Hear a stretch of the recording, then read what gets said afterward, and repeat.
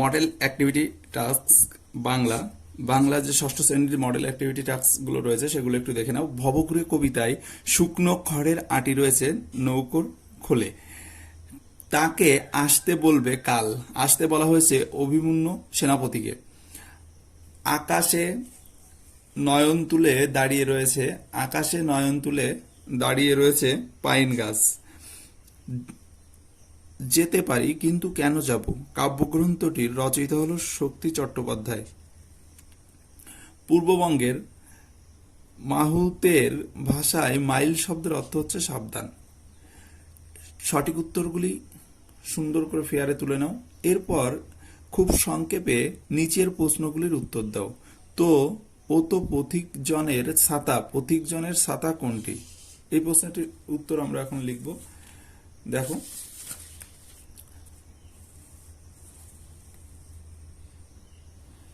পথিকজনের ছাতা হলো ভর দুপুরে কবিতার অশ্বত্থ গাছটি। অশ্বত্থ গাছটি হলো পথিকজনের ছাতা। এরপর রয়েছে দেখো, এখানে বাতাসের ভিতর সবসময় ভিজে জলের ঝাপটা থাকে, কেন এমনটি হয়? বাতাসের ভিতর সবসময় ভিজে জলের ঝাপটা থাকার কারণ হলো এখানে থেকে 5-7 মাইলের মধ্যে বঙ্গোপসাগর অবস্থিত। মন ভালো করা কবিতায় কবি রোদ্দুরকে কিসের সঙ্গে তুলনা করেছেন? কবি রোদ্দুরকে কিসের সঙ্গে তুলনা করেছেন? দেখো, মন ভালো করা কবিতায় কবি শক্তি চট্টোপাধ্যায় রোদ্দুরকে মাছরাঙা পাখির গায়ের সঙ্গে তুলনা করেছেন। মাছরাঙা পাখির গায়ের সঙ্গে তুলনা করেছেন। এরপর, আমি কথা দিয়ে এসেছি কথক কোন কথা দিয়ে এসেছেন? আমি কথা দিয়ে এসেছি, কথক কোন কথা দিয়ে এসেছেন? দেখো, তো এখানে এই প্রশ্নটির উত্তর এভাবে লিখবে। ঘাস ফড়িং কবিতায় কথক আবারও ভিজে ঘাসের উপর যাওয়ার কথা দিয়ে এসেছেন। তো 2 দাগের সমস্ত প্রশ্নগুলো কমপ্লিট হলো। প্রশ্নের যে উত্তরগুলো সুন্দর সাবলীল ভাষায় লেখা হলো। এবার হলো 3 দাগ। 3 দাগে কি রয়েছে দেখো, 3 দাগে রয়েছে দাঁড়ায়ে রয়েছে পাম গাছ মরু তটে। কে এমন স্বপ্ন দেখে, কেন সে স্বপ্ন দেখে এমন? তাহলে দেখো, 3-এর 1 দাগের যে প্রশ্নের উত্তর সেটা এভাবে লিখবো আমরা। পাহাড়ের উপর দাঁড়িয়ে থাকা পাইন গাছ এমন স্বপ্ন দেখে। শীতের দেশে পাইন গাছের ভালো লাগে না। এখানকার বরফের অতিরিক্ত ঠান্ডা তার কষ্টের কারণ। তার ভালো লাগে দূরের কিছুকে। সে চায় উত্তাপ। সে কারণে সে মরুভূমির পাম গাছ হতে চায়। সে কারণে সে কি হতে চায়? মরুভূমির পাম গাছ হতে চায়। তো এর পরবর্তীতে যেটি রয়েছে সেটা একটু দেখে নাও তোমরা। তাই স্বভাবতই নীরব। কাদের কথা বলা হয়েছে? কেন নীরব? তাই স্বভাবতই নীরব। কাদের কথা বলা হয়েছে? তারা নীরব কেন? তো এখানে কিন্তু 2টি পার্টে প্রশ্নের উত্তর লিখতে হবে। যেহেতু প্রশ্নটা 2টো পার্টে রয়েছে, তো আমরা 2টি পার্টে লেখার চেষ্টা করি। দেখি, দেখো,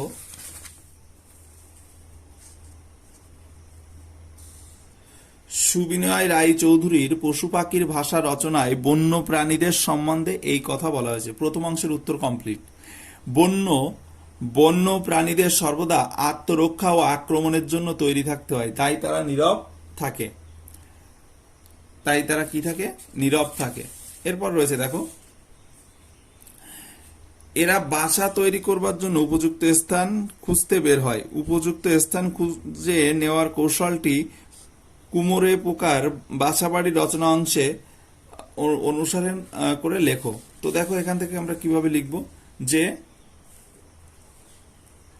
ডিম পাড়ার সময় হলেই কুমোরে পোকার বাসা তৈরির জন্য উপযুক্ত জায়গা খুঁজতে বের হয়। 2-4 দিন ঘুরে মনের মতো জায়গা পেলে তার আশেপাশে ঘুরে বিশেষভাবে পরীক্ষা করে নেয়। কখনো আবার খানিক দূরে গিয়ে আবার ফিরে আসে। অবশেষে 2-1 দিন সময় নিয়ে কাছাকাছি স্থানে কাদামাটির সন্ধান করে। নির্দেশ অনুসারে উত্তর দাও। পরের প্রশ্ন দেখো কি রয়েছে। বিসর্গ সন্ধিতে বিসর্গ রূপান্তরিত হয়ে র হচ্ছে এমন 2টি উদাহরণ দাও। তাহলে বিসর্গ সন্ধিতে দেখো, যেমন নিরাকার, নি যোগ আকার একসাথে করলে নিরাকার, প্রাত যুক্ত আস একসাথে করলে প্রাত রাস, প্রাত যখন বিসর্গ থাকে তখন একটু টান দিয়ে বলতে হয়। হ্যাঁ, বিসর্গ সন্ধিতে বিসর্গ লুপ্ত হয়ে আগের স্বরধ্বনিকে দীর্ঘ করেছে এমন দুটি উদাহরণ দাও। তো এখানে আমরা কিভাবে লিখব, যেমন নিরস নি যুক্ত রস, আর নীরব নি যুক্ত রব। এরপরে দেখো রয়েছে উদাহরণ দাও, জোড়া জোড় বাঁধা বাঁধা সাধিত শব্দ, শব্দখণ্ড বা শব্দ অংশ জুড়ে সাধিত শব্দ। এখানে দেখো জোড় বাঁধা সাধিত শব্দ হচ্ছে কি কি, জোড় দেখো পিতা মাতা দশানন, এবং আরেকটি যেটি শব্দখণ্ড বা শব্দ অংশ জুড়ে যে সাধিত শব্দ, তার উদাহরণ কি, তার উদাহরণ হচ্ছে দেখো দয়াময়, দয়াযুক্ত ময় দয়াময়, আর প্রিয়যুক্ত তম প্রিয়তম। এরপরে লাস্ট এন্ড ফাইনাল যে প্রশ্নটি রয়েছে সেটি দেখো তোমরা দেখে নাও, যে সংখ্যাবাচক ও পূরণবাচক শব্দের পার্থক্য কোথায়, সংখ্যাবাচক ও পূরণবাচক শব্দের পার্থক্য কোথায়, এই প্রশ্নটি কিন্তু খুবই ইম্পর্টেন্ট। সংখ্যাবাচক ও পূরণবাচক শব্দের পার্থক্য মূলত বিশেষ্য পদের সংখ্যা বোঝায়, যেমন আমার কাছে 5 টাকা আছে। অপরদিকে পূরণবাচক শব্দ কোনো বিশেষ্য সংখ্যাগত ক্রমিক অবস্থান প্রকাশ করে, যেমন আমি 5ম শ্রেণীতে পড়ি, এটি হলো পূরণবাচক শব্দ। তাহলে পূরণবাচক আর সংখ্যাবাচক বুঝতে পেরেছো।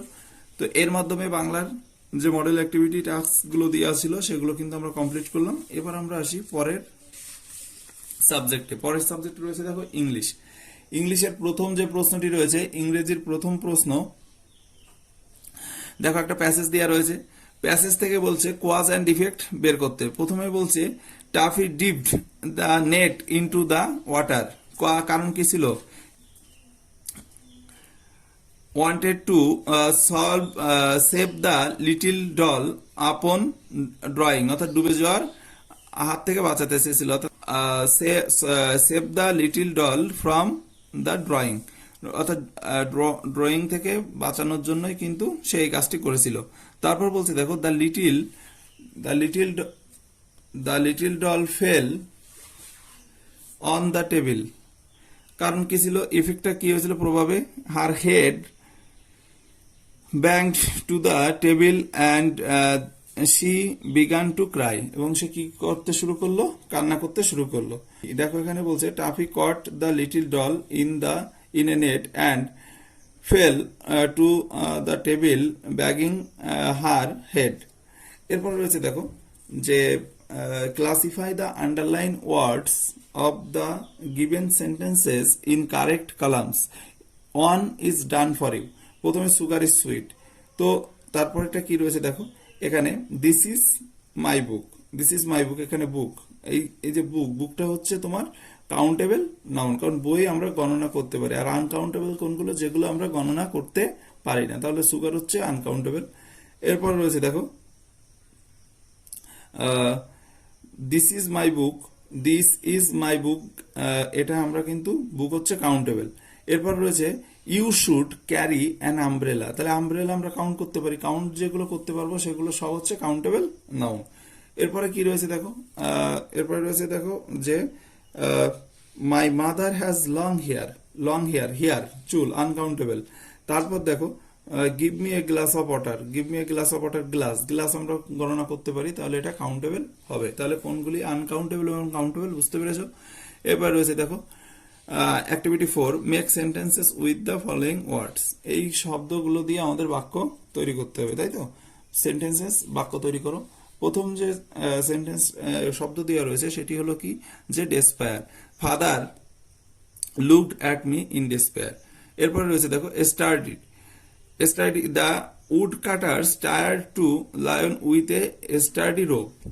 তারপরে রয়েছে mystified, my little sister is mystified by seeing the magic tricks. এরপর রয়েছে দেখো রেস্কিউতে কি আছে, the boy was rescue by the villagers.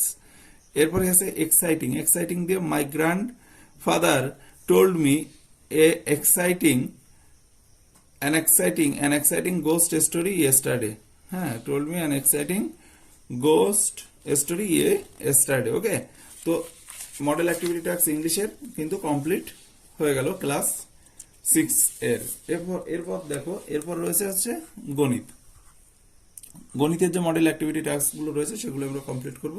বলছে 8 অঙ্কের ক্ষুদ্রতম সংখ্যা থেকে 7 অঙ্কের বৃহত্তম সংখ্যার বিয়োগফল কত। তাহলে 8 অঙ্কের ক্ষুদ্রতম সংখ্যা মানে কি, একের পরে হচ্ছে তোমার 7টা শূন্য, আর তোমার 7 অঙ্কের বৃহত্তম সংখ্যা হচ্ছে 7টা 9। তাহলে এটা থেকে এটা মাইনাস করলে কিন্তু আমরা বিয়োগফল পেয়ে যাবো, বুঝতে পারছো। এবার 500 সংখ্যাটিকে রোমান সংখ্যায় লিখলে পাবো, 500 সংখ্যাটিকে রোমান সংখ্যায় প্রকাশ করা হয় ক্যাপিটাল ডি দিয়ে।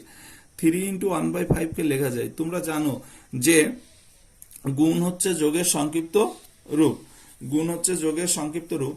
তাই এখানে কিন্তু আমরা এটাকে কিভাবে লিখতে পারি, এই যে 3 × 1/5 এটা কিন্তু গুণ আকারে আছে, তাহলে এটা যোগ আকারে থাকলে এভাবে আসতো 1/5 + 1/5 + 1/5।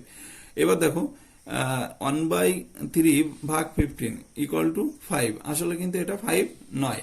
কারণ কি, কারণ তোমাদের এখানে যে 1/3 এই যে ভাগ যখন গুণ হয়ে যায় তখন কি হয় 1/15, অর্থাৎ এটা হচ্ছে 1/45।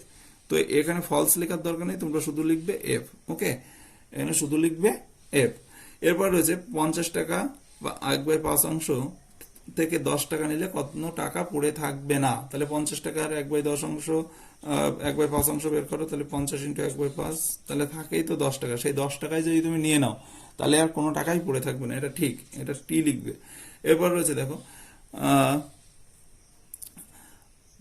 5501 এর সবচেয়ে কাছে 1000 এর গুণিতক এর পূর্ণ সংখ্যা হলো 6000। এটা তো তোমরা সবাই জানো, এটা ট্রু, টি লিখবে শুধু।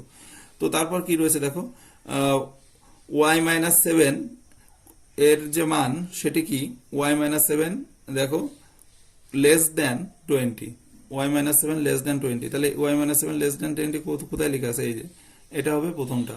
এবার রয়েছে y-7 অথবা = 20, অর্থাৎ y-7 এই যে 20 এর সমান অথবা 20 থেকে বড়।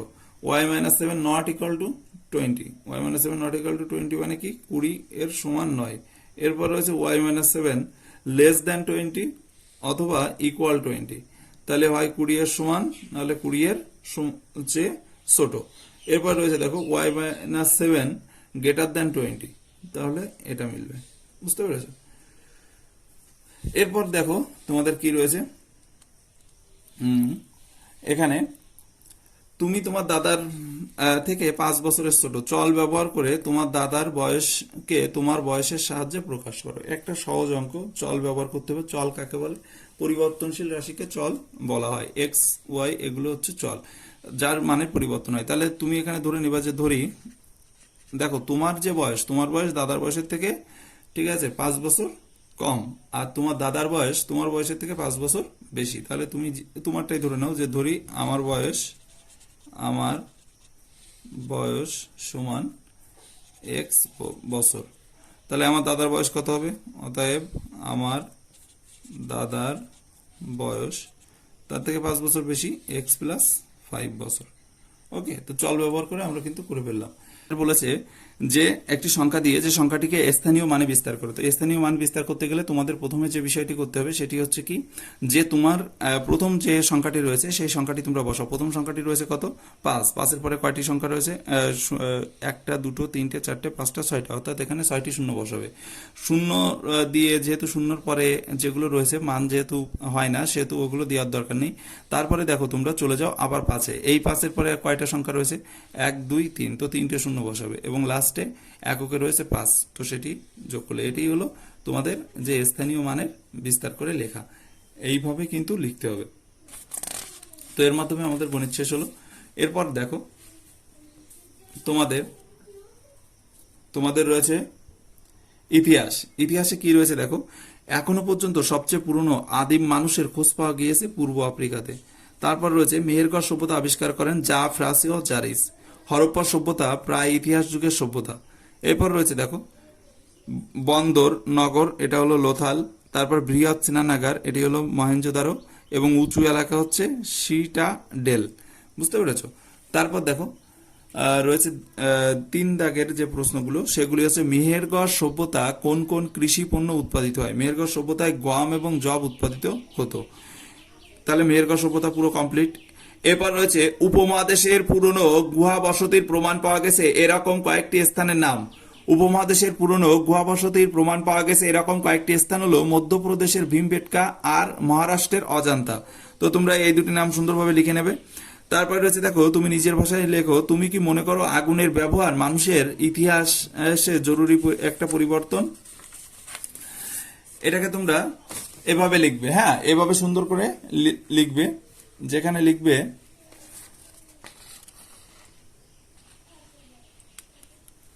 দেখো, এভাবে তোমরা যদি লেখো যে আমার মতে আগুনের ব্যবহার মানুষের ইতিহাসের জরুরি একটি পরিবর্তন, কেননা প্রচন্ড শীতের হাত থেকে মানুষকে রক্ষা করে আগুন। বিভিন্ন জন্তুর আক্রমণ মোকাবেলা করার জন্য আগুনের ব্যবহার শুরু হয়।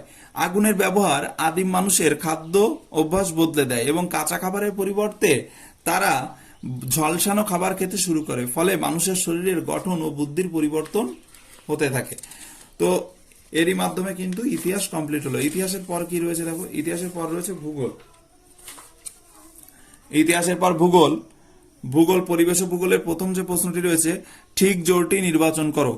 ঠিক জোড় হবে উপগ্রহ নক্ষত্রের আলোয় আলোকিত।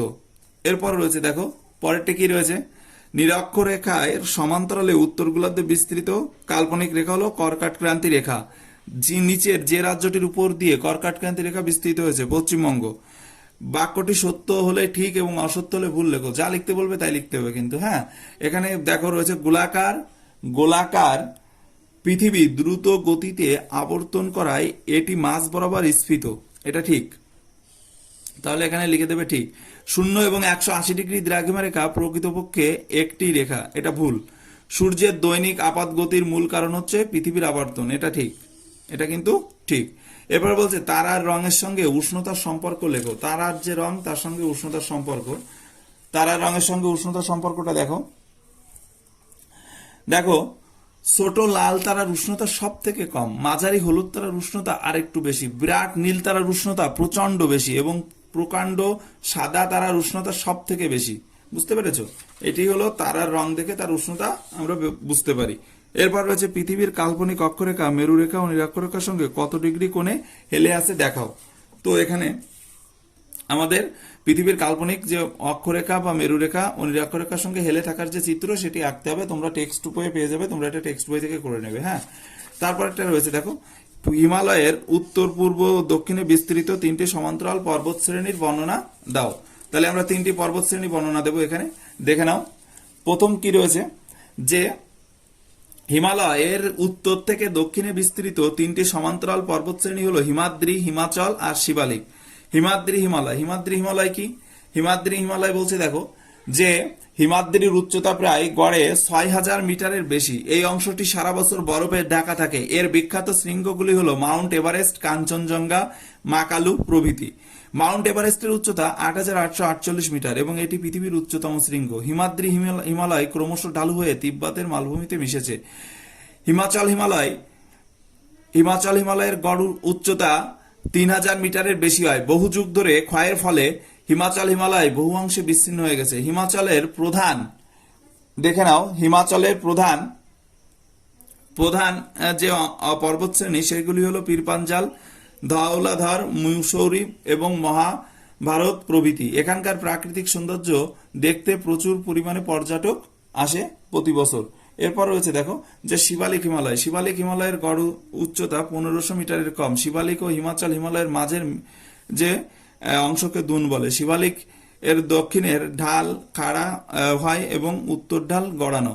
এর পাদদেশে অরণ্যে ঢাকা অংশটি তরাই নামে পরিচিত এবং অংশটি কি নামে পরিচিত? তরাই নামে পরিচিত। তো এর মাধ্যমে কিন্তু আমাদের পরিবেশ ও ভূগোল কমপ্লিট হলো। পরিবেশ ও ভূগোলের পরে রয়েছে দেখো শারীরশিক্ষা। শারীরশিক্ষার প্রথমটি রয়েছে ভারতবর্ষের জাতীয় পতাকার কোন রংটি নিচের দিকে থাকে? সবুজ। এরপর রয়েছে দেখো জাতীয় পতাকা কিসের প্রতীক? শান্তি ও পবিত্রতার। প্রাথমিক চিকিৎসা করানোর জন্য ডাক্তারের কাছে নিয়ে যাওয়া হয় আগে। কখন স্প্লিন্ট ব্যবহার করা হয়? অস্থিভঙ্গের ক্ষেত্রে। ভারতের জাতীয় পতাকার রং এর অংশটি মাঝে হবে, দেখো এখানে 24টি কাটা বিশিষ্ট চক্র বসানো থাকে। জাতীয় শোক। জাতীয় পতাকার অধনমিত থাকার দিনেও জাতীয় পতাকা প্রথমে উঁচুতে তুলতে হয়, তারপর দণ্ডের অর্ধেক পর্যন্ত নামানো হয়। আহত ব্যক্তির শ্বাস বন্ধ হওয়ার উপক্রম হলে দ্রুত উপায়ে শ্বাস প্রশ্বাস চালানোর ব্যবস্থা গ্রহণ করতে হবে। এরপর রয়েছে দেখো যে বিদ্যালয়ে প্রাথমিক চিকিৎসা বাক্সে কিছু প্রয়োজনীয় ওষুধ বা জীবাণুনাশক থাকা আবশ্যক। অর্থাৎ এটাকে ফার্স্ট এইড বক্সের ভিতরে যে ওষুধগুলো থাকে সেগুলোর কথা বলছে। অশোক চক্র, এর সাথে কি মিলবে দেখো, অশোক চক্র হচ্ছে অবাধ অগ্রগতির প্রতীক। এরপর রয়েছে ত্রিবর্ণ রঞ্জিত ভারতের জাতীয় পতাকা। সবুজ রং, সবুজ রংটা দেখো, সবুজ রং হচ্ছে সুজলা সুফলা সমৃদ্ধি ভূমি ও তারুণ্যের প্রতীক। অচৈতন্য ব্যক্তি হচ্ছে দ্রুত জ্ঞান ফেরাতে হবে যদি অচৈতন্য ব্যক্তি হয়। স্বল্প রক্তপাত হচ্ছে ক্ষতস্থানে আঙুল দিয়ে চেপে ধরতে হবে। আর প্রাথমিক চিকিৎসার পর কি করতে হবে? স্বল্প রক্তপাত হলে দ্রুত গেল, প্রাথমিক চিকিৎসার পর রোগীকে কি করতে হবে? অবশ্যই দ্রুত স্থানান্তরকরণের ব্যবস্থা করতে হবে। আমাদের জাতীয় পতাকার আদর্শ ব্যবহার বিধি ছবি সহ একটি প্রতিবেদন তৈরি করো। এগুলো তোমাদের প্রকল্প, এগুলি স্কুলের থেকে করবে অথবা তোমরা এগুলো পরবর্তী কোনো ভিডিওতে পেয়ে যাবে। তাহলে এই ছিল মডেল অ্যাক্টিভিটি টাস্কের সমস্ত প্রশ্নের সুন্দর সাবলীল অ্যান্সার। তোমরা অবশ্যই আমাদের সঙ্গে থেকো পরবর্তী ভিডিওগুলো পাওয়ার জন্য। সবাই ভালো থাকো, সুন্দর থাকো, সুস্থ থাকো এবং অতি তাড়াতাড়ি এগুলো তুলে নিয়ে ফেয়ার করে স্কুলে জমা দাও। Bye bye.